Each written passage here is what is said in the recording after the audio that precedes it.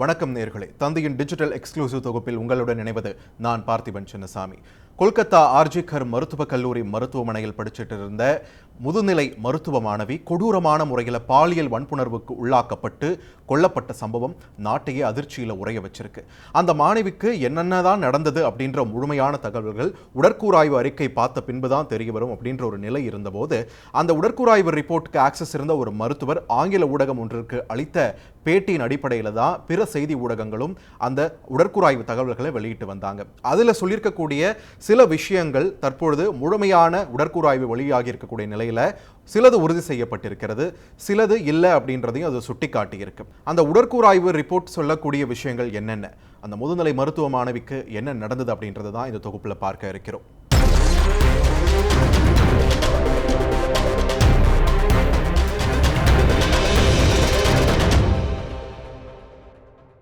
அந்த மருத்துவ மாணவியோட உடல்ல வெளிப்புறத்தில் மொத்தம் 14 காயங்களும் அது மட்டும் இல்லாமல் உள்காயங்களும் இருப்பது கண்டறியப்பட்டிருக்கிறது.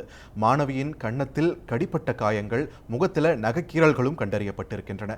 அந்த மாணவியோட இதழ்கள், அதுக்கப்புறம் தாடை, அதுக்கப்புறம் அந்த பெண்ணுடைய மார்பகங்கள், முட்டிக்கு கீழே அந்த கால் பகுதி எல்லாத்திலையுமே பலத்த காயங்கள் கண்டறியப்பட்டிருக்கின்றன. உள்காயங்கள்னு பார்க்கும்போது மாணவியோட நுரையீரலில் இரத்த கசிவு ஏற்பட்டிருக்கிறது. அது மட்டும் இல்லாமல் உடலெங்கும் பல்வேறு இடங்களில் இரத்தக்கட்டுகளும் இருக்கிறது. இத்தனை கொடூரங்களோடு சேர்த்துதான் அந்த மாணவி பாலியல் வன்கொடுமைக்கு உள்ளாக்கப்பட்டிருக்கிறார். அவருடைய பிறப்புறுப்பிலையும் பலத்த காயங்கள் கண்டறியப்பட்டிருக்கின்றன. அது மட்டும் இல்லாமல் அந்த பெண்ணுடைய பிறப்புறுப்பில் ஏற்கனவே முன்னாடி அந்த சொன்ன மருத்துவர் சொன்ன கூற்றின்படியே 150 மில்லி அளவுக்கு வெண்மையான திக்கான ஒரு லிக்விட் ஒன்று இருக்குது அப்படின்றதையும் அந்த ரிப்போர்ட் உறுதிப்படுத்தியிருக்கு. ஆனால் அது விந்தணு என்பதை அந்த ரிப்போர்ட் சொல்லலை. ஆனால் அந்த மருத்துவர் சொன்ன மாதிரி இந்த ரிப்போர்ட்டில் அந்த பெண்ணுடைய இடுப்பெலும்பு உடைக்கப்படவில்லை, எந்த ஒரு ஃப்ராக்சரும் இல்லை அப்படின்றதையும் இந்த ரிப்போர்ட் உறுதிப்படுத்தப்பட்டிருக்கு.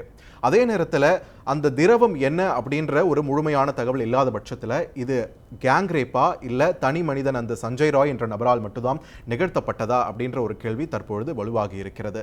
இது கேங் ரேப் தானா இல்லையா அப்படின்றத கன்ஃபார்ம் பண்றதுக்கு டிஎன்ஏ மேப்பிங் உள்ளிட்ட அடுத்த கட்ட நடவடிக்கைகள் எடுக்கப்படும் என்றும் மருத்துவத்துறை தரப்பிலிருந்து விளக்கம் கொடுக்கப்பட்டிருக்கிறது. அதே நேரத்தில் முக்கிய குற்றவாளியான சஞ்சய் ராய் அவரை உண்மை கண்டறியும் சோதனைக்கு ஆட்படுத்த உயர்நீதிமன்றமும் தற்பொழுது உத்தரவு வழங்கியிருக்கிறது.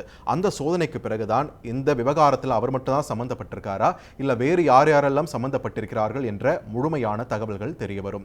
அதோடு சேர்த்து இந்த விவகாரத்தை பொறுத்த வரைக்கும் அந்த மருத்துவக் கல்லூரியுடைய முதல்வர் சந்தீப் கோஷ் விசாரணையின் தீவிர வளையத்திற்குள் கொண்டு வரப்பட்டிருக்கிறார். தொடர்ந்து அவரிடம் பல்வேறு கட்டங்களாக விசாரணையானது நடைபெற்று வருகிறது. ஏற்கனவே அவருக்கு ஒரு நல்ல பேர் இல்லை அந்த வட்டாரத்தில் அப்படின்ற பட்சத்தில் இந்த விவகாரத்தில் எந்த விதத்தில் அவர் சம்பந்தப்பட்டிருக்கிறார் என்ற ஒரு விசாரணையும் தீவிரப்படுத்தப்பட்டிருக்கு.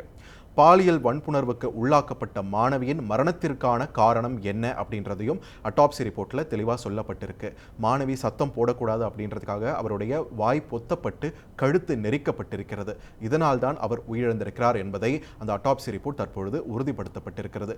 உறுதிப்படுத்தப்படாத பிற தகவல்களை நம்ப வேண்டாம் அப்படின்னு ஏற்கனவே போலீசார் எச்சரிக்கை விடுத்திருந்தாங்க. இது சம்பந்தமாக சில கைது நடவடிக்கைகளும் பண்ணியிருந்தாங்க. அதுல அந்த 150 மில்லி விந்தணு இருந்தது அப்படின்றது பொய் அப்படின்ட்டு அந்த கொல்கத்தா நகர போலீஸ் கமிஷனர் சொல்லியிருந்தாரு.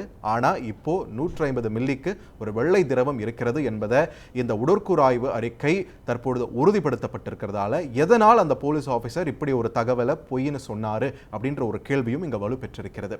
இந்த விசாரணையில் இன்னும் ஒரு அதிர்ச்சிகர தகவல் என்னன்னா, அந்த மருத்துவ மாணவியுடைய டைரியில் இருக்கக்கூடிய ஒரு பக்கம் அந்த பெண்ணுடைய தகப்பனாரால் சிபிஐ வசம் ஒப்படைக்கப்பட்டிருக்கிறது. அந்த பக்கத்தில் மாணவி அப்படி என்னென்ன விஷயங்களை பதிவு செஞ்சிருக்கார் அப்படின்ற ஒரு கேள்வியும் இங்க வலுப்பெறுகிறது. இது சம்பந்தமான தகவல்களை அந்த பெண்ணின் தந்தை வெளியிட மறுத்துவிட்டார். நாங்க சிபிஐ கிட்ட ஒப்படைச்சிட்டோம், இனிமேல் எந்த தகவலா இருந்தாலும் அவங்க மூலமா தான் வெளிவரும் அப்படின்னு சொல்லியிருக்காரு. ஸோ இன்னும் என்னென்ன அதிர்ச்சிகள் காத்திருக்கின்றன. இந்த ஆர்ஜிகர் மருத்துவக் கல்லூரி மருத்துவமனையில் கடந்த காலங்களில் இருந்தே பல்வேறு புகார்கள் எல்லாம் வெளிவந்த வண்ணம் இருக்கக்கூடிய சூழ்நிலையில் மாணவியின் டைரி இன்னும் என்னென்ன தகவல்களை நமக்கு அளிக்க இருக்கிறது, என்னென்ன பூதங்கள் கிளம்ப இருக்கின்றன என்பதையெல்லாம் நாம் பொறுத்திருந்துதான் பார்க்க வேண்டும். செய்திகளை உடனுக்குடன் தெரிந்து கொள்ள உடனே சப்ஸ்கிரைப் பண்ணுங்க.